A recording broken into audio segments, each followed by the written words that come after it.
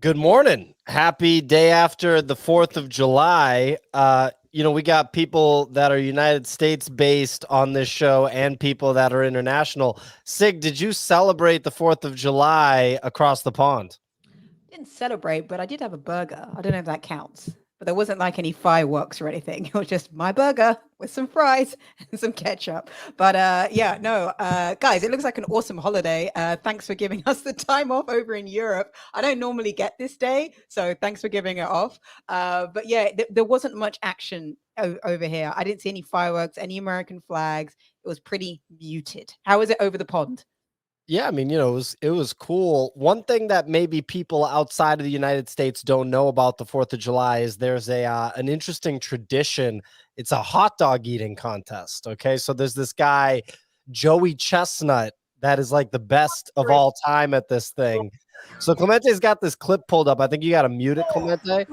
But basically, this guy wins every year. But Clemente sent me a clip where a fan charges the stage in the middle of the hot dog eating contest, and no hesitation, Joey Chestnut, as he's scarfing down literally dozens of hot dogs, just turns and starts choking the fan that attacked him. They take him off the stage, and then he just goes right back to eating hot dogs. So I got a kick out of that. Yeah, I think it's this clip right here. So check this out real quick. Guy gets rushed right here while he's eating hot dogs, just gets choked, thrown to the ground, and then no hesitation, right back to eating hot dogs. So that's like real American. My new favorite guy. They also had a lightning delay during the hot dog eating contest yesterday, which I was like, dude, interesting. That's why the under was free money yesterday, right? Because the over cash. It was set at 72.5, which is the he hasn't broken it in 3 years. It was free money as a gambling man. Yeah, another year older, dude. There's no way he was doing 73 with the delay. What was the payout on the under? It was about even money. It was like -1. It was a small favor. It was -112 for the under. So if you put in $50, you won 100. You would have won like 98. Means you would have to risk 112 to win 100. Okay. I mean, regardless, that sounds like free money. So easy. Hold on. You or both of you actually placed this bet? Maybe. Yeah. I love betting on the hot dog eating competition. You gotta hammer it, dude. Joey Chestnut's been 3 years of not breaking that number, dude. Just ride the trend. The trend is your friend. Hey, if you're listening to this show right now and you have a gambling problem, or you know someone with a gambling problem, remember, there's always Gamblers Anonymous, where you can go and tackle those issues. Gambling is intended for entertainment and fun purposes only, and nothing on this show should indicate any sort of endorsement of over gambling, which many of us actually have experience with. I mean, I love the idea that Bunny's just like, yeah, let me gamble on this hot dog eating contest. Bunny, as soon as we started talking on the show, you raised your hand. What did you want to chat about?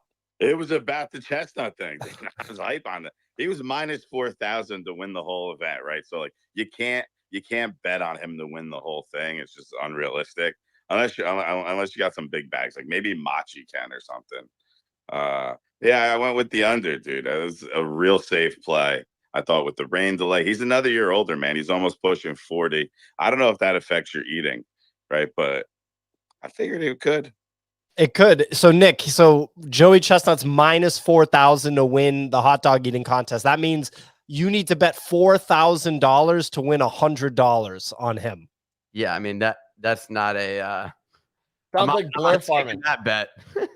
Nick, is there anything where you would be a -4,000 favorite? You know what I mean? Like, is there any like talent that you have where if you competed in it, you'd be a -4,000 favorite where it's like, well, Nick's just going to win this? Man, that's a good question. That's like such a ridiculous question because like you don't know who the opponent is associated with this. It's basically asking if you're exceptional. Matters who the opponent is if you're that good. Yeah, like are you really exceptional at anything, or you'd get -4,000? It could even be like clipping your toenails. Like if you thought you're absolutely exceptional at it. I'd probably be favored up against Usain Bolt you know, with winning a short run, you know, because he'd stand no chance against me. That's someone who I would always pick as a favorite. Like, is there anyone that competes with Usain Bolt now? I mean, the lifespan of dominance in sports like sprinting is very short. So I'd actually be pretty surprised if Usain Bolt is still number one when it comes to Olympic Dude, he's sprinting. 36. He's definitely not number one in sprinting anymore. Yeah, there's probably some like Johan 19 Blake or 20-year-old from that's, like, Jamaica, apparently, is number one right now. I was going to say, whoever it is, it's for sure Jamaican, a Jamaican person. There's also like this new sprinting league that's where people can actually do steroids for it. And some guy just set a record. It's like the enhanced human games, I think is what they're calling it, where they're just like, they don't drug test. And this guy set the record. He's like 21, this white dude fresh out of college. And he's like, yeah, dude, I'm just juiced the hell up. He's Do like, you have he to runs have do you have to use like human limbs? Like it's yeah. So it's like like no like cyborg shit. Like, yeah, but, no like, you can, robotic like, build it parts, up. but you're allowed to inject steroids. Like it's like encouraged. Like Yeah. the enhanced human games is what they call it. I think they also have like throwing competitions. Dudes are throwing these like javelins like a fucking mile. It's crazy. Ellie.jpg, I think, is actually spot on. Air room quality.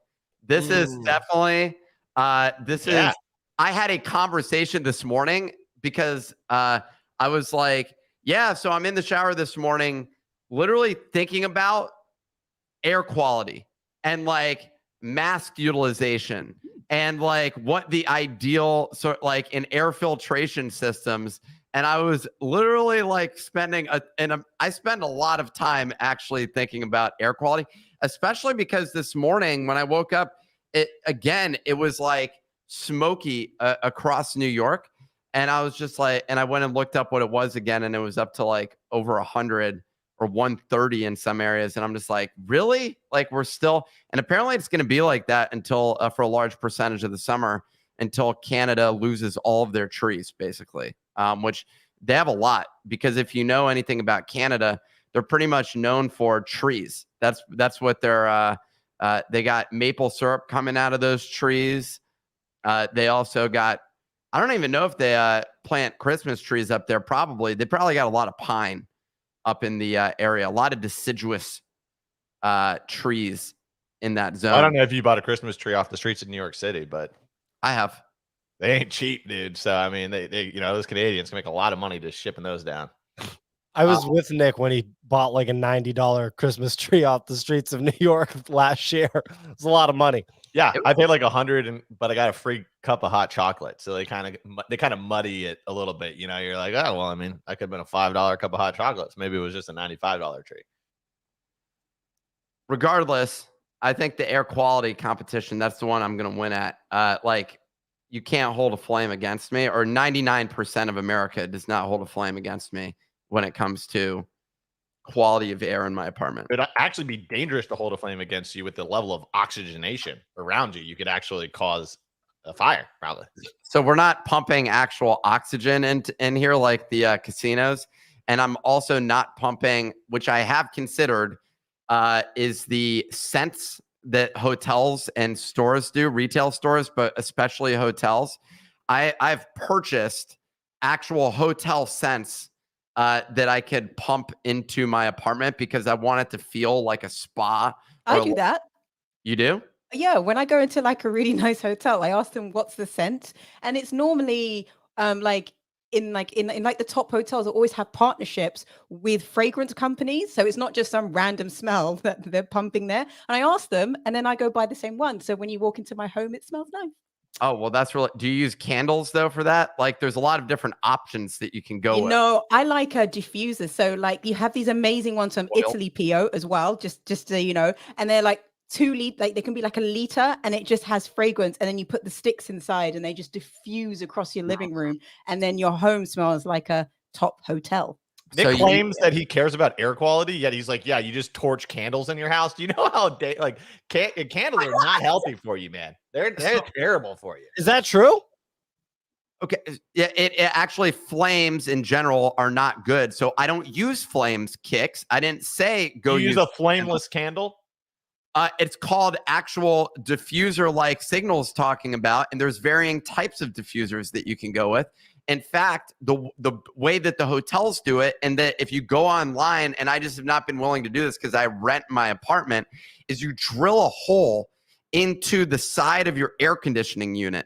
You then pump, there's a plastic, I swear to God, there's a plastic tube that you put in there, and it pumps scent into the air. And so that for your central air, you're pumping that scent everywhere that you are.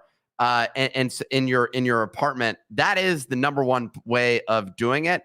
It just requires drilling a hole. Take a fucking drill bit into your HVAC system, dude. Just hope you don't hit something and die. So I haven't been willing to do that, but you literally and then you put there's a rubber tube that you put into the side of it, rubber hose that you attach to it, and then there's a device that pumps scent into your air conditioning. So that really is a legitimate thing. There's also last comment on this because we've gone really down a tangent on this. There's hotelsense.com, and there's a couple of these other ones called Hotel Collection, where they actually have the hotels that you like. And honestly, both of those sites are owned by the same company. I've done this trick before with e-commerce brands. You make 5 competing brands, all selling the exact same thing. So that your funnel, the customers have to pick one of your brands, right? And they feel like they're making a decision, but really you're just puppeteering them to buy from you. Exactly. Suddenly this market did not exist, but now it seems like this legitimate market where there's 5 competitors in that space. So literally like cereal brands, like they're all owned by the same company, right? But you go down the cereal aisle and you're like, look at all these different brands, same kind of thing. Yes. Although you actually do have options when it comes to cereal brands. Anyways, that's enough about the sense and air filtration investment. But if you spend a lot of time focused on this, your quality of living just goes up substantially. Let me tell you. Interesting. Okay. Well, I didn't know that air quality was that important, Nick, but I think I kind of knew. I should have known. Hold on. You didn't know it says the guy who's coughing because he's been riding through the streets of New York without a mask, while the AQI was like 250, and he thought he thought it was a political statement basically about me wearing a mask. But let me tell you, construction people wear masks because they don't want to inhale the scent of fumes from paint and cleaners, acidic cleaners. Those can really get to you and actually injure your lungs. So you want to be careful of those things. But Pio's out there thinking that he's making a statement. I'm too cool to wear a mask. It doesn't look good, basically, is the position that Pio has. But he's been coughing for weeks now. Well, no, what he's doing is he's building up that lung kind of resilience, because the air quality is only going to get worse over time. Is that what a chain smoker says? Is they're working on, they say your doctor advises you to go chain smoke so that you can really work out that lung capacity? I met a guy at my 4th of July party. He said that he knew a lady that smoked 2 packs a day and put lips in. She made it to 92. I know a lot of people in Europe, there's plenty of examples like that, and they don't even have cancer, no tube in the throat, anything like that. They used to live in London with terrible air quality. Right? Because you remember the London smog back in the 1800s. So it's in their DNA. So they can just chief darts with no issues. Bunny, you're a smoker. Is this true? Yo, Bunny's out chiefing darts. Well, I don't know, man. I think Nick is the expert. I mean, you asked him what his special talent was, and he picked breathing. So maybe we should defer to Nick here. He's the expert. Well, I will say I don't get enough cardio in, which is actually the biggest thing for you to expand your lung capacity. And you can actually do breathing exercises, which they do in the hospital, but you can buy it for yourself with those pipes. I'm blanking on the name. There's a 3-valve thing. The asthma thing, so that you're basically trying to exhale and keep the objects and the pipes up. Yeah, exactly, for an extended period of time. That's a fun game. It's a lung exercise basically, and you'll cough up some stuff basically doing that exercise. I bet Pio, you probably got a lot of phlegm in there as a result of you just inhaling things unfiltered on an ongoing basis and thinking it's a joke. Nick, I think you would benefit from the Wim Hof breathing exercise. It'll increase your lung capacity and de-inflame your body. and knock you out unconscious and potentially hospitalize you if you do it unobserved. But Yeah, you want to stay down and not in a bathtub. I was like one of those challenges that kids did back in the day, the blackout challenge, where they would just choke each other to feel I something. did it. Yeah, Dude, I did it. What? Clement was up. Yeah, I've been there. It's You were a sick. little kid. Did the And- blackout challenge? yeah. Buddy, you still do that challenge. On the bus, yeah, we used to do that on the school bus on the way to school or the way back, where a kid get punched right in the chest. They'd be like, okay, breathe real hard, boom, punch to the chest. The kid would get knocked out unconscious.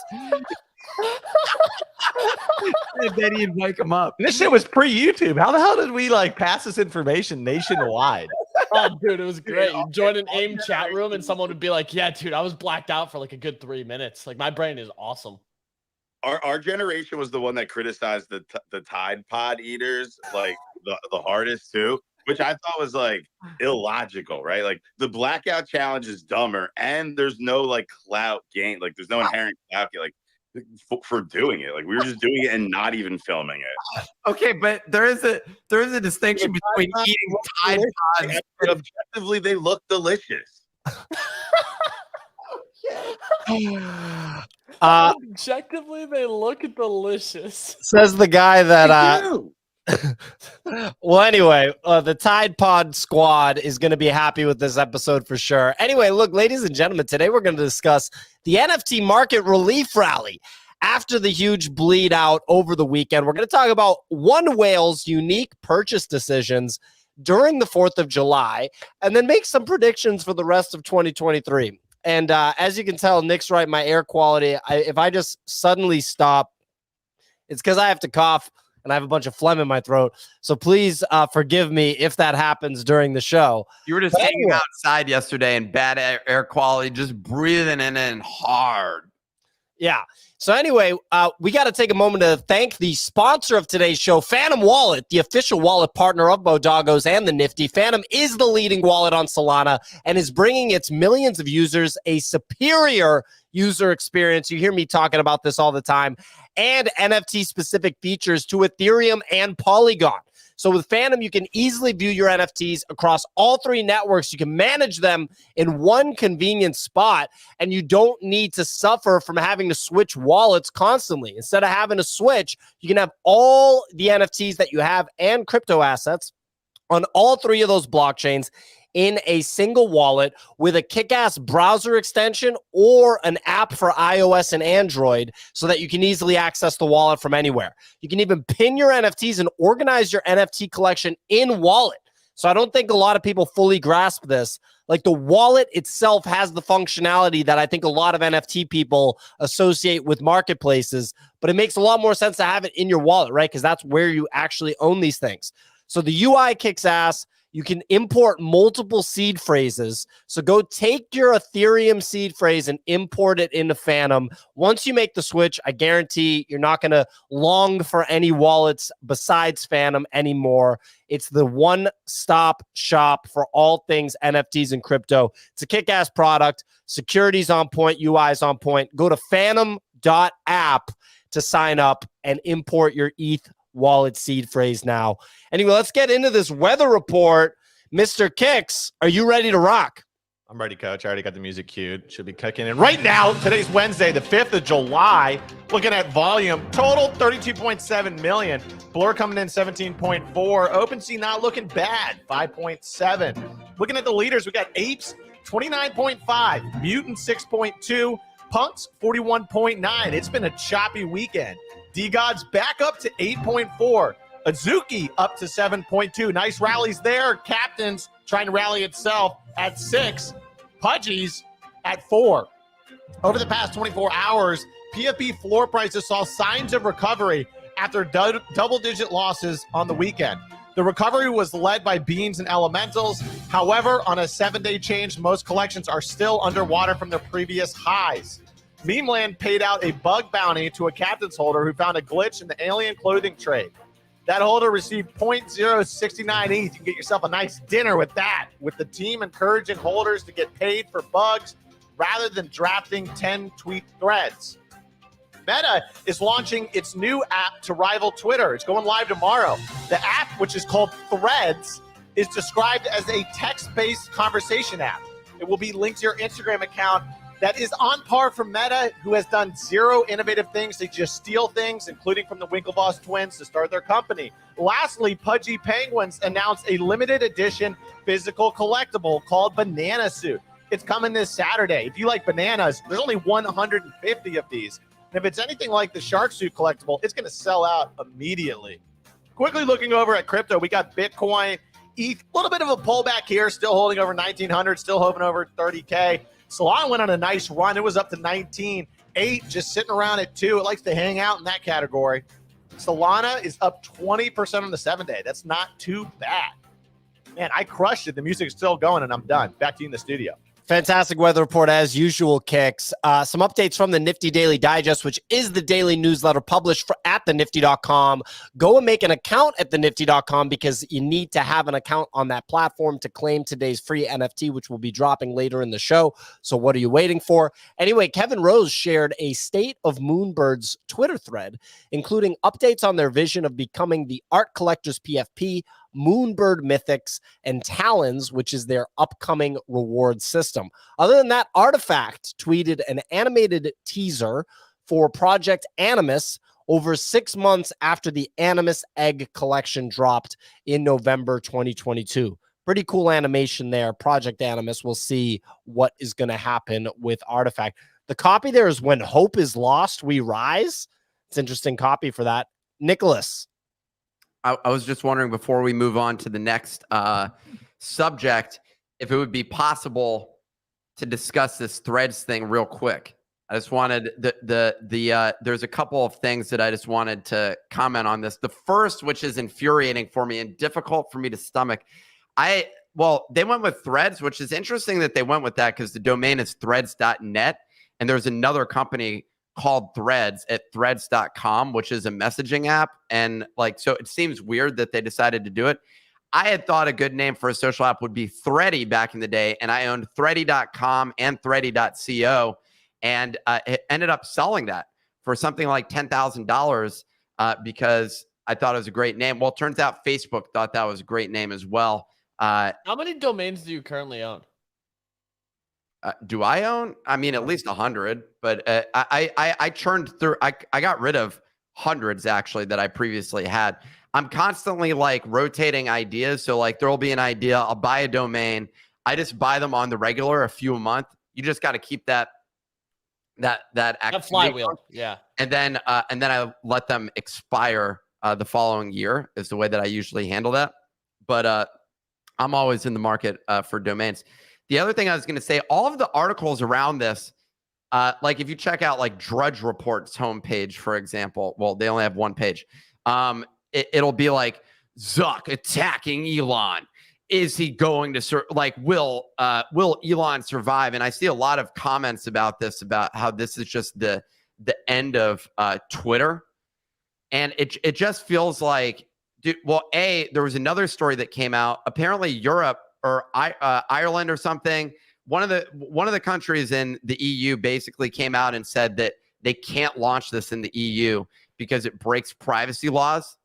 So they may be prevented from launching in the App Store in the EU on the launch day as a result of this, which was a whole other thing for me. I'm I actually like some of the privacy oriented stuff that the EU does, but it's also it introduces this level of friction for that where you can't get some of these concepts out the door quickly. And I just don't think that this is going to be this isn't just an instant resolution. I don't know how many people were dying for Twitter that we're dying for this alternative. It's such a small subset of people that are anti-Elon or pro-privacy, pro-decentralization, and some of these other things, but don't want to use Twitter as a result of that. So it's not clear to me who the market for this product is and why they're going to use that over Twitter. So I feel like it's a much more of an uphill battle than kind of the media is portraying it right now, which is just this is going to destroy Twitter. Maybe they can, but I don't know. Facebook has not had great success with a lot of their killers in the past, including the Snapchat killer and everything else. I don't know if Does anyone else think? Yeah, that there's a great episode of Black Mirror. I'm not going to give too much away because it's still a new season. I can't remember if it's episode 1 or 2, but it's one of the early ones where this woman, she's a CEO of a company, That's one. and this company is very well known, and the equivalent of Netflix, which I think they call Streamberry, or I want to say, yeah, the equivalent of Netflix takes this famous CEO and manages somehow to make an episode about her which replicates her life exactly. And you're watching this episode because she's a bit of a awful character, and you basically are like, how is Netflix Streamberry like, how are they bringing out an episode where they know so much about her life? And then it basically turns out that Streamberry is using the data in her phone to basically track her life. So all her conversations, where she's been, what she said, who she spoke to. So it's a massive intrusion of privacy. And when the character asks, how did this happen? The lawyer's like, well, you signed it away. And if you look here, Streamberry is completely protected. And the reason why I'm saying this is because there's a great tweet from Claire Silver, Clemente, if you bring it up, where she shows what this new Threads app, what data they've linked. And it's linked to your health, your fitness, your financial information, your contact information, user, browser history, purchases, location, like you name it, they will maybe take access to it. So I see, Nick, why the EU is all over this. The EU, when it comes to privacy and protecting people's rights, would definitely not like an app like Threads. But I mean, if you can control what Threads is allowed to access in terms of your data, that obviously makes it more interesting. In terms of like getting people to go over there, I don't know, people are looking for an alternative to Twitter. Blue Sky for a moment had a moment. I don't know how many people use it like on the screen here, but I think people are looking for an alternative. And if it's a link to your Instagram account and it goes with all your followers, that could be quite interesting. So I saw the post about that image. Prior to Claire, there was like this was a whole conversation about all the things that it requests, but Twitter basically requests all the exact same data minus the health data. That's like the main thing that they don't have in there, and I don't understand what why they need to include the health data. But everything else, pretty much, Twitter requires the same stuff. So as shocking as it is, if you go load the apps, check out some of your favorite apps that are in the App Store and all the things that they request. And inherently, the reality is when you download an app, you don't scroll down to see that particular area, but that's their equivalent of like the food, the ingredients list on the nutritional value thing on the back of like a food box, which I think most consumers nowadays actually do look at that sort of thing. But when it comes to like your apps, I don't think most people scroll down to that area of the App Store to actually see that particular thing. So I don't view it as like friction. It is weird that they need health data though. Like they probably want the health data so that when you get so riled up about a topic on social media that you develop a chronic disease, they want that data to see that correlation. Okay, and then they can sell healthcare services. Yeah, you want more people in America to get diabetes? Let's just put this on the feed. Well, Nick, one thing is when you talked about the media portraying it as Threads is about to be the Twitter killer, it's because the Elon Musk / Twitter thing is so heavily politicized. I accidentally slipped and said the godforsaken name Elon Musk in front of somebody in New York the other day, and I just it was the date, Pia, and she was just so mad. She was so mad that Elon Musk's name had been said in her presence, and she literally goes like, "Elon Musk, huh? Do you think he's mad that he bought Twitter?" And I just ignored it, moved on. We, just kept it moving. Had a similar experience a couple months back, same deal. Only this reaction was super smug and was like, well, Twitter's going to be out of business in a few months. So just so confident about the end of Elon Musk. So this is like a political thing from the big techies that basically they'll support Zuck because Zuck's like, in line with what they're going for. At least Meta, Facebook is in line with what they're going for. And Twitter, Elon Musk certainly is not. Clemente? What they're in line for is they want censorship, but a federal judge just disallowed that. So, Well, I would say the headlines are actually not about any sort of political thing. I would say that the reason that the headline around it being a Twitter killer is because that's just a better headline. People are far more willing to click on something that seems like this is going to destroy something, basically, than something to be like, Facebook taking a stab at text-based messaging or something like text-based threads is just going to not be exciting. Like, Yeah, I mean that's like the James Altucher response where, he said he had the viral article, New York City is dead. And he was just like, yeah, if I name the article, New York City's like kind of having a tough time right now, but it'll probably be back soon. No one's going to click on that article, but New York City is dead. Everyone's like pitchforks in the air, like get out of here.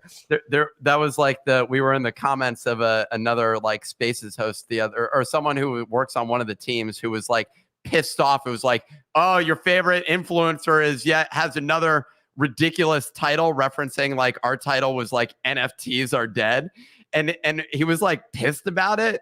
Yeah. And I'm like, bro, I've been I've been in the content game long enough that like, we're just playing, like, be mad at society. Like that like people react to compelling titles. If we're like the entire backbone of like advertising. Like, is Casper advertising like our mattresses are all right, and like it's not too bad of a price. You may get 6 to 8 hours of sleep, but it probably won't be great. It's just another bed.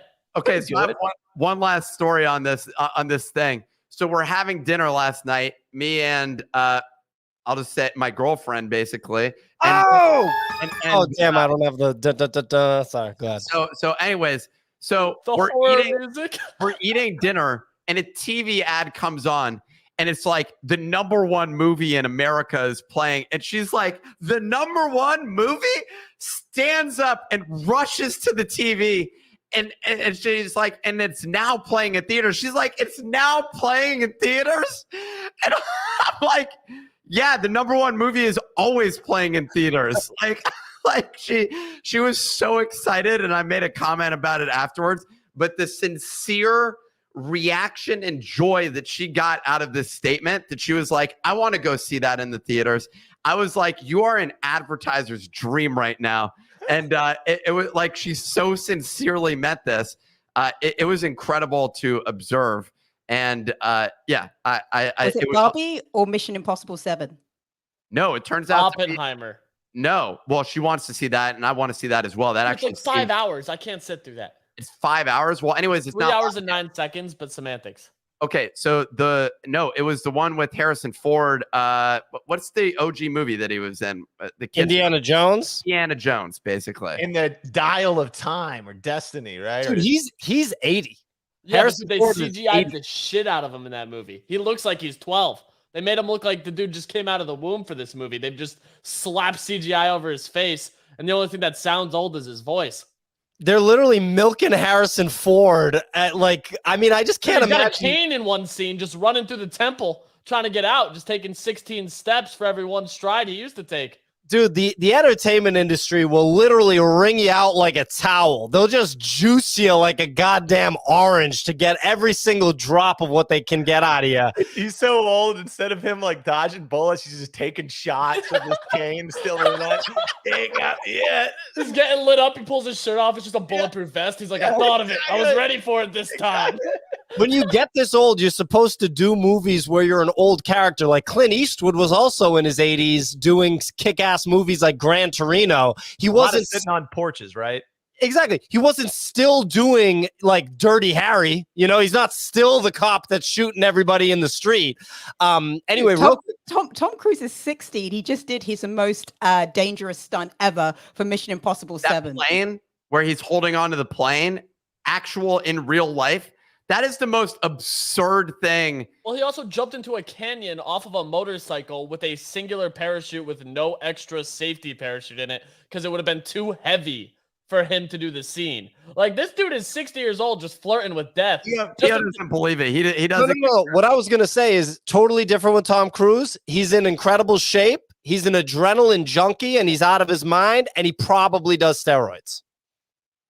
Okay, the steroid thing is like such a hot button topic for Pio. in terms of I'm justifying. not saying it's He bad. should compete in the enhanced human games. Dude, the He best would crush it. traders are using steroids, dude. Like, I just want y'all to know the best NFT traders use steroids just to stay strong. I actually would be surprised at that because NFT traders just eat potato chips all the time.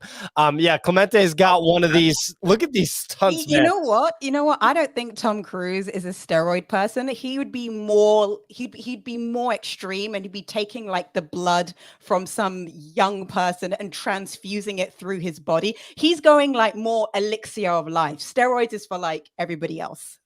You know what I mean? I still think he's on steroids, Sig, but Then he does blood transfusions. Yeah. Where he takes like 19-year-old's blood and injects it into himself. Yo, He back in the definitely day, they has a called blood that boy. vampires. Those were called vampires. Now it's like normal. That was Now just it's called like, oh, technology, bro. They really care about their health. Nah, dude, you're a vampire, dude. You're taking blood from other people. Straight up vampire. That's textbook. He for sure has a blood boy. That stunt that they just showed on the screen is completely insane.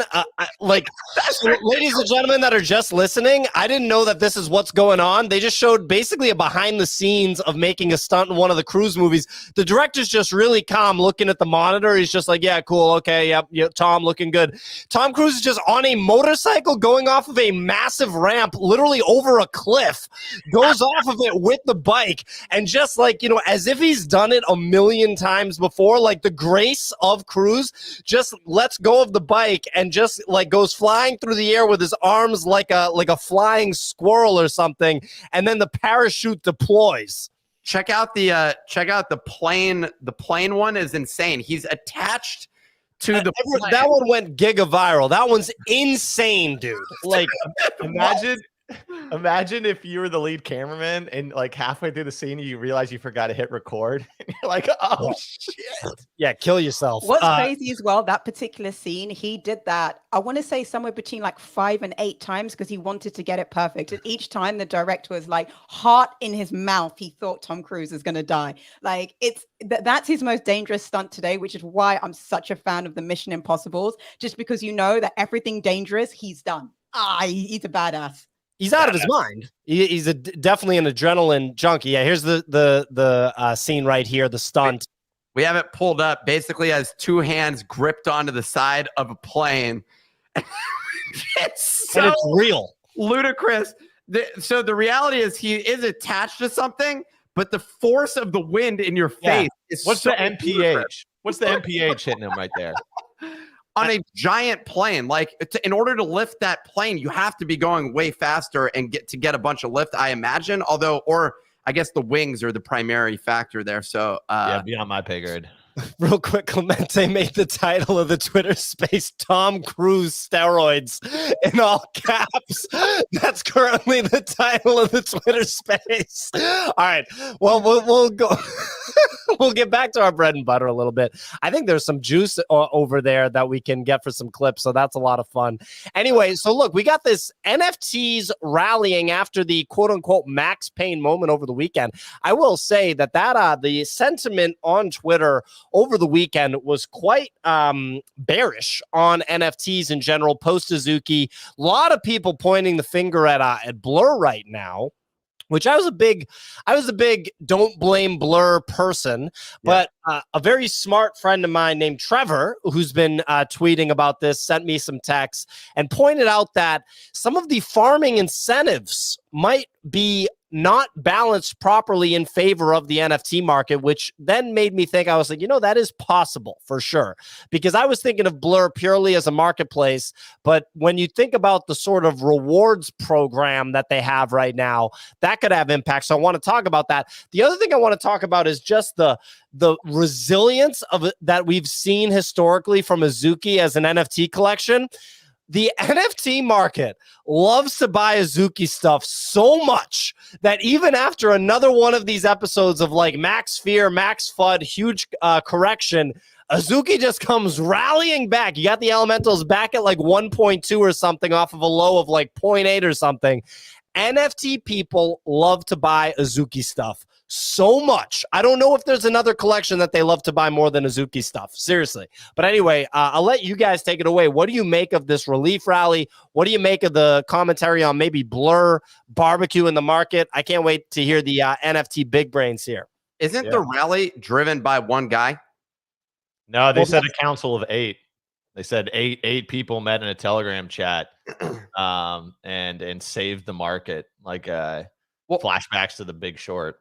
No, legitimately, this guy Akira Reloaded posted out a tweet over the weekend where he said, while your fave influenza is writing threads about the market without actually being in it, some of the worst NFT traders are gloating about the market being wrecked. Today, we took a break from touching grass to buy some bags. 39 Moonbirds, 23 artifact clones, and 47 cyber brokers joined the collection. Yeah, So that guy definitely saved the market buying those 3 projects for sure. How? What? No. What? No. You take full credit by Ape and Moonbirds, Clone X, and cyber brokers? Yeah, dude. Pimp Capital. If you guys remember, Pimp Capital put in like 17 million before everything collapsed. Like he did it with a smile on his face. He was like, "I'm buying the top. Fuck you, and I'll do it again." Exactly. Yeah, I mean, I'm Pimp. Yeah, I feel like the whole Blur thing. People just want to find someone to blame. You can definitely blame Blur for like some negative drag on the markets absent organic buyers, for sure. But you can't blame Blur for like the absolute capitulation that we saw over the last 7 to 8 days. Blur existed when apes went down to 56K, then they went up to 105K.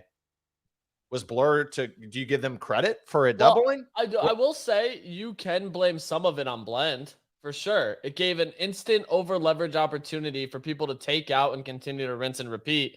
That as soon as something drops under a certain threshold, those loans get called to liquidation, and the people that were leveraging to continue to compound bags can't repay all of that. So that's something that like we did see the similar price action on Solana, not because of like a Blend token that's coming out with Blur, or the Blur token from Blend usage, which is definitely driving a lot of that because you have people constantly over leveraging, which I did think had more of that cascading effect. But it's the same thing. Like if you watch Cyrus, he was aggressively picking up pudgies because they were not over leveraged and they sold off much less versus something like Azuki where like you don't want to catch the falling knife until those over leveraged loans have plateaued. And that's exactly what we saw. They're now up 2 ETH. You have Azuki Elemental Beans almost back to mint price and Elementals up 0.3. Even Beans rallied 50% off their 0.3 low, which I know Clemente's pissed about because he should have picked up a Pinto Bean at 0.25. Yeah, it's just a disaster. Real quick, easy. One of the things that I was looking at as far as this Elementals recovery and the kind of bounce back, I think Machi added, I believe, $3 million additional into his ETH wallet, and he's up to 500 Azuki Elemental Beans, 131 Azukis, 43 Bored Apes, and he's continuing to just stack them. I looked at his realized PNL on Blur. He's down 6,000 ETH realized. So he's just continuing to stack losses. But at the same time, because of those Blur incentives, I believe he has to be number one on the Blur incentives. But it is interesting to kind of think about when he will eventually dump some of these. Does he imagine that he's going to make $20 million from Blur and be able to just dump it on the market? He posted a comment saying that he's confident he'll recoup this in the token. That's just 3x the second place person in points. Well, I saw that. I did see his post about it, but the idea that there's so much centralized holdings in Blur token. Why is someone? Here's the real question. And the last part of this chapter that, by the way, I'm you on this. Okay, so the last part of this chapter will be the actual token drop and seeing how Blur can somehow support this token, like why it's worth anything. Ape token, itself has struggled a lot. I think a lot of people also view Ape token in addition to Ape token being a sort of utility token for the ape gaming ecosystem. I think they view it as a corollary to the NFT market as a whole as well. And it is one of the primary indexes of the NFT market. So I could see a lot of people, selling that off as NFTs drop. And as the apes have dropped in price slower than ApeCoin. Although this game, I think, is doing better than some people thought. Although I don't know, like the total net impact that it's had. But inevitably, the real question will be that last chapter associated with the Blur token. Yeah. So yeah. We have I was just going to say, and we'll go to Kicks in a sec. We have a tweet pulled up. We have NFT Stats, friend of the show, saying that he really expects Blur Season 2 to go on longer than people expect. They've said that there will be 300 million Blur tokens dropped. The community pool won't have that many vested till October. Pac-Man, the founder and CEO of Blur, responded. He said, to clarify, Season 2 can end anytime because the tokens for Season 2 were pre-vested upon token launch. So just wanted to point that out since we have it pulled up on the screen. Kicks, what were you going to add? Yeah, I was just going to say that I think like the common problem in NFTs is that people always want to find something to blame other than themselves. Like that's the core issue at the end of the day. Because it's like, if we're talking about Bored Ape Yacht Club, why is it at 29.5? Do you think it's Blur, or do you think it's that OSF and Mando dumped 100 apes into Blur bids, 100 of them? And if you understand how Blur farming works, those 100 apes are basically now in a perpetual dumping loop until 100 organic buyers pull those apes out of the system, right? So it's like, why does everyone blame Blur for Bored Ape Yacht Club being at 29.5, but not OSF and Mando, who dumped 100 and made $8 million and put 100 into this dumping pool? And here's the thing. I think they made an amazing play. I think that they made an incredible play. Once again, I don't think anyone should get blamed for other people's decisions and actions and stuff like that. But like, if you understand what's happening with Blur, like the reason why these things perpetually dump over time is because people are dumping into farmers, and then those farmers are dumping into each other. And that loop doesn't stop until the original sellers are met at the opposite end of the equation with real organic buyers. And until those rebalance out, you're going to see a steady loop downhill. But that's just markets. That's how markets work. I got a question.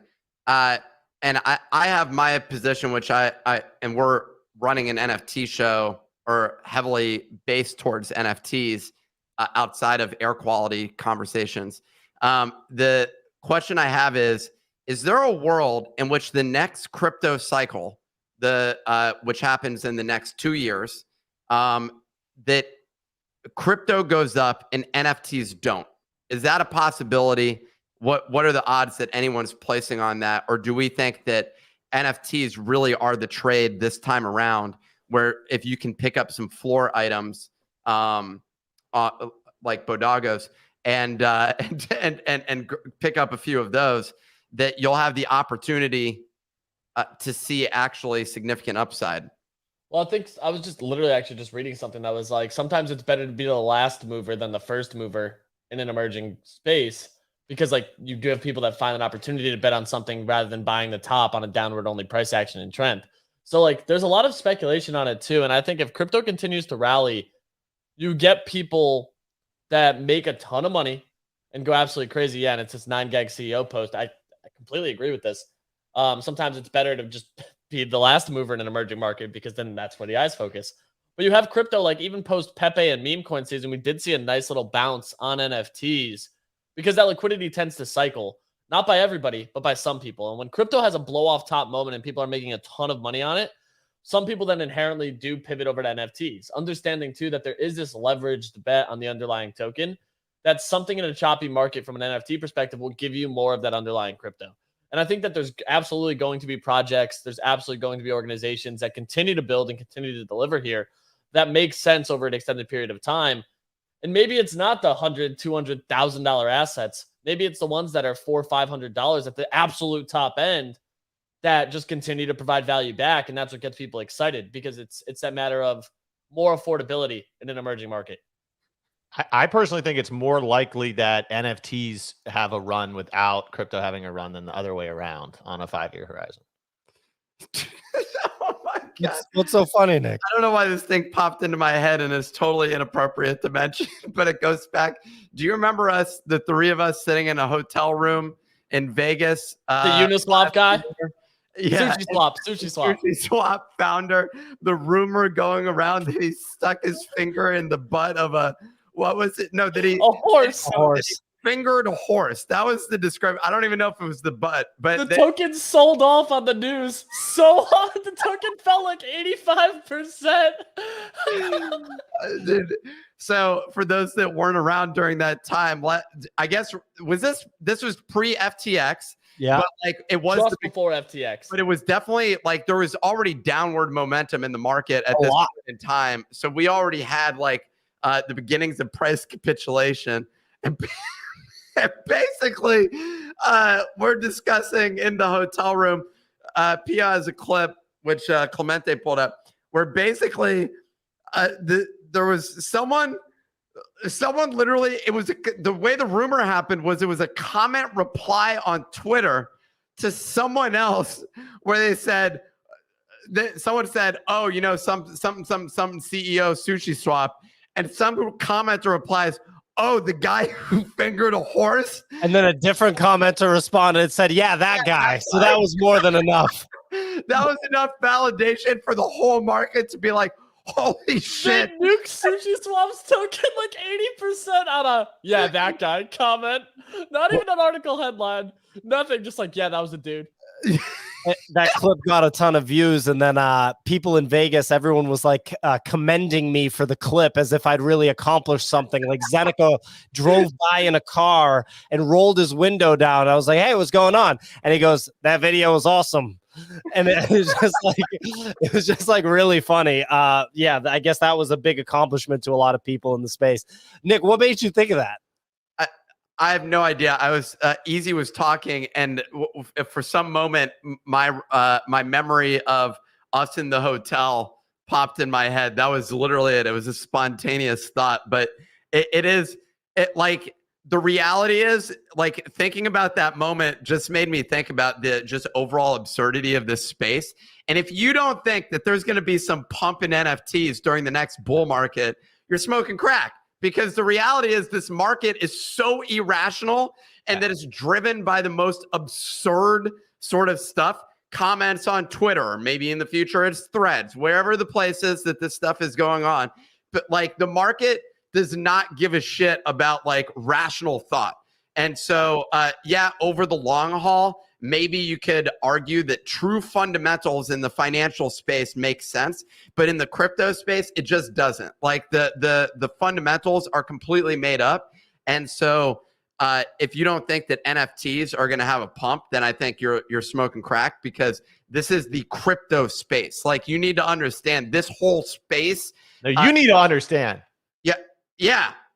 So I just think as a whole that, like, I agree with you. My position is, hell yeah, some NFTs are going to go up. Placing your bet on which it is, though, is so difficult, because if you think about like just the meme side of all these tokens, essentially, it's all a bunch of like, it's all made up. Like Nakamigos, for example. I was going to bring up Nakamigos as an example of like, you know, people can say like the NFT space isn't as good as it used to be to like, you know, have gains and things like that. But between Nakamigos and the run that Nakamigos went on, like ridiculous gains you could never find in the stock market or any other market for that matter. Sorry. Yeah. And well, then the other one I was going to bring up is the most ridiculous one of all of them is Pepe. It's so insane. It's so nuts. You know, the only thing comparable to Pepe is like the Dogecoin pop that we saw at the start of the previous cycle. The Pepe one is nuts. For that to have happened this year during this bear market, insane. Like the Goblin Town of last year. Yeah, Goblin Town was a good run too. I'll never get over Goblin Town. Sitting in a stupid Uber with Nick, NPO, at VCon, sitting at 0.3, 0.4. We're listening to a space of them just going, oh, Gary P. And I'm it was at like 0.2, and you said I was like, these things are going to go over 1 ETH. There's no way they don't. One for $11,000. So, and then I remember that. I ended up breaking even on that trade because what was their airdrop that they did? Too bad Blur wasn't around. He had to pay a lot of fees, dude. Okay, well, regardless, the bottom line, no, I just paid gas. Oh, you're talking about the 2.5%. But I don't think that's added on top. Anyways, the bottom line is I ended up buying one of those at a high price, and it did go up beyond it. I also made money similarly with Moonbirds on the pump. On that first pump, I bought in at an insane price. I think I paid like 20 grand for like a Moonbird basically, and it ran up. I sold it for 35 or something, or $30,000. That was a great trade. Made like 10, 15 grand on that, got out, and it was down only from that. Quick. Yeah, remember when we peer pressured Pio to try to buy a Moonbird live on air, and he was getting so mad? Thank God he didn't. I swear to God, at the end of this year, I will own a Moonbird. You can call me a bitch. You can call me any name you want. I literally don't own a Moonbird. And anyway, you know what? Yeah.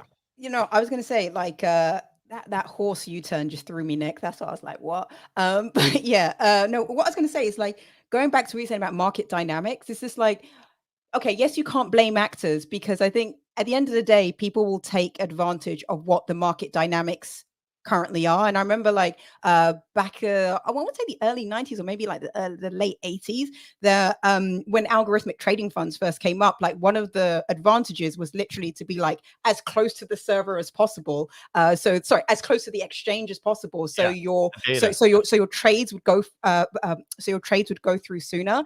And it's just like, whatever the market dynamic is, human beings will take advantage of that. And I don't think we can blame like individuals or blame teams. It's just like, that is the market, and the market will do what human behavior is. And then going to answer your question, Nick, of like, what's going to happen in the next cycle? The thing that I struggle with is like, if ETH is rocketing, I'm like, I don't want to hold a Nakamiga. I'm out. I'd rather be in ETH. And then what's really annoying is that Nakas then go on to outperform ETH because you think it's safer to be in the underlying token, or you think, right, I should be in apes because potentially like they could go in the next cycle. But it actually turns out that has been completely dried up. There's no more like juice, and you're just sitting on a dry asset. And I've been reading Beanie's AMA. It's been one of the most enjoyable threads. I don't like threads anymore, but Beanie's AMA thread has been one of the best threads to read this week. He basically goes, I've been cancelled. I don't care that I've been cancelled. I've got nothing to lose. Ask me your questions. Shout out to Frisk for being one of the highest comments on there. I saw his question, and he just goes through like what he learned from the past, what he's currently doing now, and what he thinks potentially could be happening in the future. And I think when you read someone like him who has been through the crypto cycle, has been through the NFT cycle, and he kind of gives you a glimpse of how he's thinking, you kind of just come away thinking you just got to stay in the market, just stay in the market. And as long as you know what's going on, potentially you could catch the next 1000x, 100x, because I think it's extremely difficult to figure out whether it's apes, knackers, or something that hasn't even been born yet. Yeah, I mean, the Beanie stuff is actually really a good read. He's back, which Easy was saying marks the the gradual start of the next bull, like basically that we're bottoming here. But yeah, I mean, Beanie knows what's up, and he's been in the industry for a long time. And I feel like the longer that you're in the industry, the more you can really grasp how to operate. Well, go ahead. I was just agreeing with you. Oh yeah. Yeah. Rapid fire roundtable right here. Okay. So this is rapid fire roundtable. We don't have a sound effect for this, but we should get one. We're going to ask questions that every panelist has to answer, including Bunny. Bunny, are you here with us? Okay. Well, we'll see if Bunny's here with us. I got the sound effect. We're good to go. I'm right here, Pio. Very nice. Rapid fire roundtable. Very nice. Bunny's here with us too. Every panelist has to answer.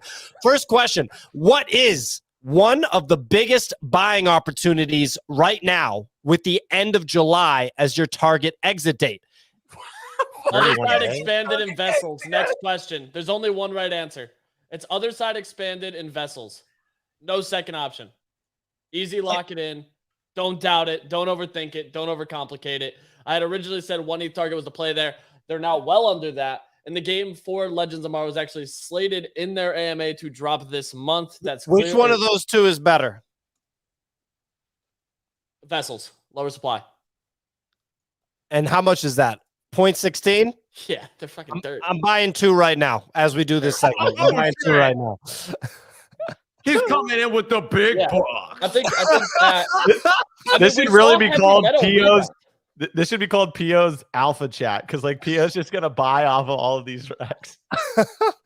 Got to put my password in. But all right, anyway, you guys can do the show while I buy these. I'm probably going to get front run because the audience loves, they're like, I'm going to front run them. Farouk came through. Farouk said, buy BoDoggo's 1 of 1s. And then someone else One of them. and more people are making fun of me for like this, my crazy buys. Everyone's There's one other play here too that I think is another decent option that's been doing rounds. It is G tags. It is G tags. Yeah, they got the next season at 10K TF coming up. That's what I was gonna say. How much is a G tag? Dude, they're dirt right now. What does that mean? Dude, I sold them for 1 ETH a couple months I think ago. like 0.3. All right, I'll buy a G tag too. Let me find it. I'll find it. But dude, they're down bad. But with season 2 to Bunny's play here, both of those have catalysts coming on the horizon. And we actually saw heavy metal move from 0.35 back to 0.6. So people clearly value the game. And I just think Legends of Tomorrow is going to be a way more interactive game than cleaning waste off of tiles. That should never hit 0.35. What are you smoking, dude? What is it now? Is that 0.6? It went to 0.45. I'm not buying it. It's 0.378 for the G tag. Yes, yeah. Someone already started sweeping vessels as What do you say? 0.378 right there. Yeah, 0.378. Yeah. 30 days is such a tight window. But maybe I'd go with Pepins. Okay. I'm getting front run. Like the audience is snickering and being like, we're going to buy him before he does. Stop buying other side vessels. Let me buy 2 of them. Try to host the show at the same time. Anyway, next question. Wait, so Kick said Pepin at 0.58? No way. Not to me. There's 16,000 of these things. And then he's got the however many thousand checks. I don't care how many people. Look, I'm not going to say Pepin. But I am going to say you don't know how it works. You don't know how it works, PO. So that, you're coming out here with I definitely don't know how it works. You're coming out here with your definitely don't know how it works. You don't know how it works. But O'Pepin, I think O'Pepin, like Jack for the year, is a bet. But I'm not going to say the next 30 days. My next 30 days is Pepe. That's my next 30 days. The token. The token, yeah. Okay. That's a good play. I like that. Pain in the ass token stuff. Nick, what's your play? We're waiting on you. You're the big dog on campus. Business BoDoggo. What do you got here? Let's get down to business. BoDoggos. I mean, the actual answer for sure that the one answer I can say with the most conviction is BoDoggo's. But I feel like for the sake of this exercise, financial advice on our own project, and I can't give financial advice at all. So nothing on the show is financial advice. But I like BoDoggo's. I can't be flipping BoDoggo's though. So that's just like not something that I'm able to do.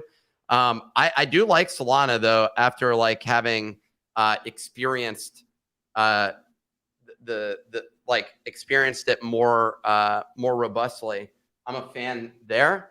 I'm not sure if there's I like your trade, Easy. And after playing HVM heavy metal for a period of time, look, I don't love the game. In terms of I think they could have done a better job, but they're progressively rolling stuff out and they're doing the best in the entire space. Addictive loops. And if more things. Yeah. And so we end up it's going to gradually improve over time. I don't know if heavy metal will, but their games will gradually improve over time. So if you can get into the Bored Ape, you're not part of the club, but whatever that means, who gives a shit? If you're able to buy something from Yuga for cheap and the price goes up, that's game launch. And they've demonstrated they basically are one of the best executors in this entire space. Obviously. And I don't know if there's anybody who's Pudgy is now executing. They have toys coming out and stuff like that. They're great at execution. Who else in this space has been great at execution? Execution wise is a different conversation than just consistently being favored by the market. So I'd say besides Pudgy, the best actual executors in the space besides Bored Ape Yacht Club would, I guess, be Very hard to say. Very, very hard to say. I have a TF. potential one PO, but I'm not going to say it. I'm going to DM you after the show, and then we can put some bids on it.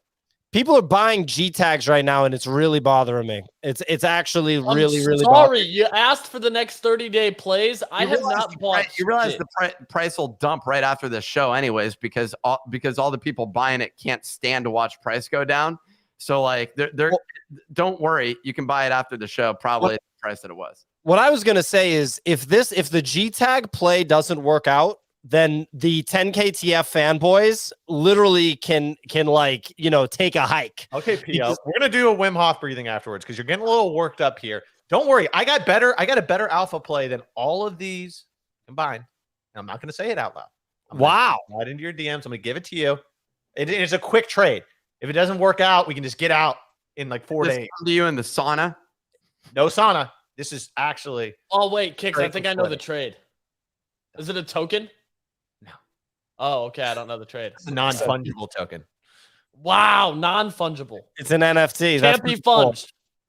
I can't buy the stupid that failed transaction over and over again. Forget it. Ebring said there's one G tag sale. Go talk to 10KTF about the smart contract then, because it's not working. Okay, that literally they need to figure out their smart contracts over there with 10KTF. No, I'm kidding. Before I get a thread written by a 10KTF fanboy about how I don't understand 10KTF, even though I've owned 10KTF assets at this point for years. Anyway. I think we got through everybody on the first one. Clemente, what's your play between now and the end of the month? Potatoes. I'm sticking to strictly buying food NFTs. But at 1.60, these seem beaten down, and I think if captains do recover, potatoes basically have protected upside with it. And look at this little Maraca guy, dude. He looks sick. It's a good looking potato. I think potatoes are a play. I think captains actually rebound extremely nicely here. A lot of people sold off on the AMA. A bunch of bozos sold off. It was the monologue of it that caused the issue. But then on top of that too, like when you actually look at it, these trade swapping things have people really interested. And this was a meta on Solana. I will say we also were early on this. On Sol, every project did like the trade swaps for a while. That's been out for like a year plus. And the first one that did it got legs, but then everyone else followed suit. And that kind of tailed off. I still think there's a huge opportunity for customizable PFPs and stuff that could even be off chain. Like you look at stuff like what Pudgy World's doing, those traits do sell. You look at stuff from like even Maple Stories dropping their NFT. They just dropped the Sappy Seal integration. There's going to be stuff where people want to customize their character to have a unique digital identity. And I think that there's more fun to that, especially for limited items. Just look at Fortnite skins. When they dropped the NFL skins, they raised $14 million in 48 hours. So like there's clearly a demand for these types of things, and it's just a matter of market acceptance and like scarcity to it. You drop 1,000-piece shirt to meme land out of 10K, 1 in 10 have that shirt. Inherently, that one now becomes worth more money. And I feel like Ray isn't going to try to reinvent the wheel, and Ray's the type of guy that would look at Fortnite and be like, hey, we should do that with NFTs, which no one else in the space wants to do. Anyway, Sig, you were going to say something? No, I was going to say, do you remember when apes went to Christie's and then everyone on Twitter who had an ape put on a tuxedo? Suit, it was so cool. I absolutely loved that moment. And it just goes to show like when like the idea of like being able to change your avatar's clothing, hats, whatever, skin, like if you capture the moment and people are really into it, it can work so well. And I think but personally, I think Ray's onto something, and he's in the right position to be like the flagship carrier of that trade, even though other collections have already done it on Solana Easy. And I saw was it Kaiju Kings as well? Kanpai Pandas have it already live, and they do a lot of volume with their token on the swaps, which like I just think people continue to overlook this. Like all it takes is a solid partnership and brand outside the space to come in and launch like some material thing. Dude, 9gag is a huge actual Web2 business with a ton of connections outside Web3. You're crazy if you don't think they're going to get some limited partnership for a merch item. And the sell-off was just because they all look the same, but that was literally intentional. And yes, I do have a captains. Yes, I have a potato. Obviously, I guess I'm bag bias here. But like if I'm going to bet on a team, why would I not bet on a team that actually has revenue from the traditional Web2 world? I got something here. Go ahead. Oh my God. This is more of a question than anything else because we never discussed this. And it wasn't respected when it came out because it went straight to the masses. And I feel like Instagram was the place where it got most of its traction. But I saw them at the licensing expo. I've seen them again and again, and they don't seem to get a lot of respect. And that is My Pet Hooligan, which they just seem to be building out their game. It's live on the Epic Game Store right now. They just went live on the Epic Game Store. It's one of the top downloads for blockchain games on there. I haven't played it yet. It's in the queue. I want to play it because Epic's done a great job to really showcase blockchain games. You just had Rust, which is like a Midwest battle royale, get a ton of traction over there. And the Epic Game Store is leaning into it. They have a football game that's working. Dude, in Vegas, we played this game and we were shooting a Bored Ape with like spray paint. Like this game it's fun. I think it does well. It seems like it's fully developed at this point, or at least if it's in beta at a minimum. And it seems like they've built out a lot of the logic. They have multiplayer activity. There's all sorts of things going on. And so I don't know, we talk about teams and execution and stuff like that. The reality is I think this market gives a lot of attention, not to those teams with execution, not those teams with actual deliverables, but instead to those that are able to generate hype. And this is cycle one. I think it's the same thing with the first internet bubble did the exact same thing. But now when you talk about tech companies, you talk about literal fundamentals associated with those businesses. We talk about the fundamentals of Facebook, of Google, of a lot of these companies that you have Snapchat, Pinterest. These are all public companies at this point in time, Uber. And you can go look at their financials and make an assessment as to whether or not you want to invest. This first wave of NFT projects, or whatever you want to call it, are mostly, it's been mostly driven by hype. And that's because, sorry, NFT market, the people who are investing in this space, largely who are speculating on it, are not trading based on fundamentals. They're not seasoned, financial investors, essentially. They're gamblers. And that's totally fine. We've made bets on it. We've taken long shots associated with it. There are people who are seasoned investors in the space as well, although that's a decreasing amount the lower the prices go. But I think that on the next wave, people will be more interested, and there's going to be a lot of legitimate projects that are out. But for now, over the next 30 days, I don't know, it would be hard for me to call a My Pet Hooligan or something like that. But I'd much rather us find some of those, because flipping a Zuki at this point, to me, is just kind of bullshit. It's not supporting any true development initiative, other than it sounds like they're working on. It doesn't matter what they're working on. The new narrative from Azuki holders, and full disclosure, I have a bean and an elemental. The narrative from the Azuki holders now is that Azuki is a decentralized brand. So that's how you flip the execution issues into it's a decentralized brand. Kicks loves Is there art even on chain, dude? But well, I think that, but basically the big the voice of Azuki holders is, we like the pictures. I don't know what to tell you. We like the pictures. We're gonna keep buying the pictures. You can say what you want, and that's basically what it is. I said it earlier in the show. NFT market loves to buy Azuki assets. It is wild. They love to never. Zagabond said, never underestimate the heart of Azuki. I'm not underestimating it, dude. People love to buy these things for sure. They love to buy the Azuki stuff. Anyway, real quick question. Clemente said potatoes. I like potatoes. That's interesting. Is potatoes better than Utes for between now and the end of the month, with Utes and potatoes having similar floor prices, Clemente? What do you think, buddy? I don't know how to bridge to Polygon, so I'm sticking with potatoes. Worst response I've ever heard in my entire life. No, I don't know. I've never been a huge fan of Utes, to be honest with you. This might be a hot take, but I don't know. I've never wanted to wear one as a PFP. I like the vibes way more of 9gag and the potential meme token that I could get versus paying 1.7 ETH for a new art thing, and to get an extra 1,000 followers has never been a huge value add for me personally. I'd way rather be involved with 9gag in that department versus the Utes and D-Gods. Well, Clemente said his piece. He's siding with 9gag. Look at that. Kicks. Which one would you get? I respect conviction. Utes or potatoes? Yeah.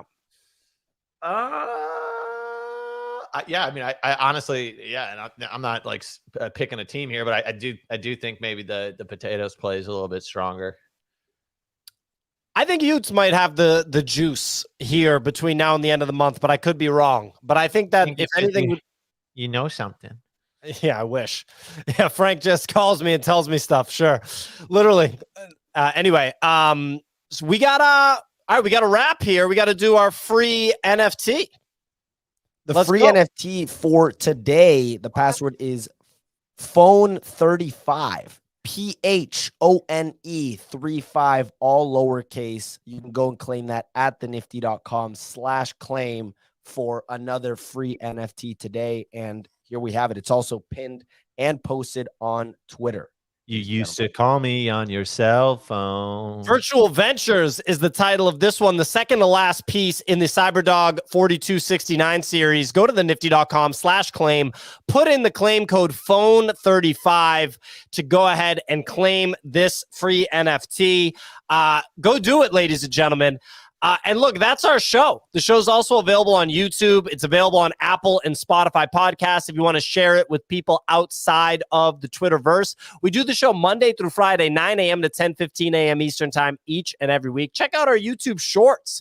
They seem to be gaining popularity on the internet. But we will be back tomorrow, Thursday, July 6th, with the same show, 9 a.m. Eastern time. If you want to speak on the show, let me know. Let me know. We're always looking for more talent. If I put you at a BoDoggo PFP, then I'm super interested. I'm saying BoDoggos are such great people that they listen. You know, they get excited just about listening.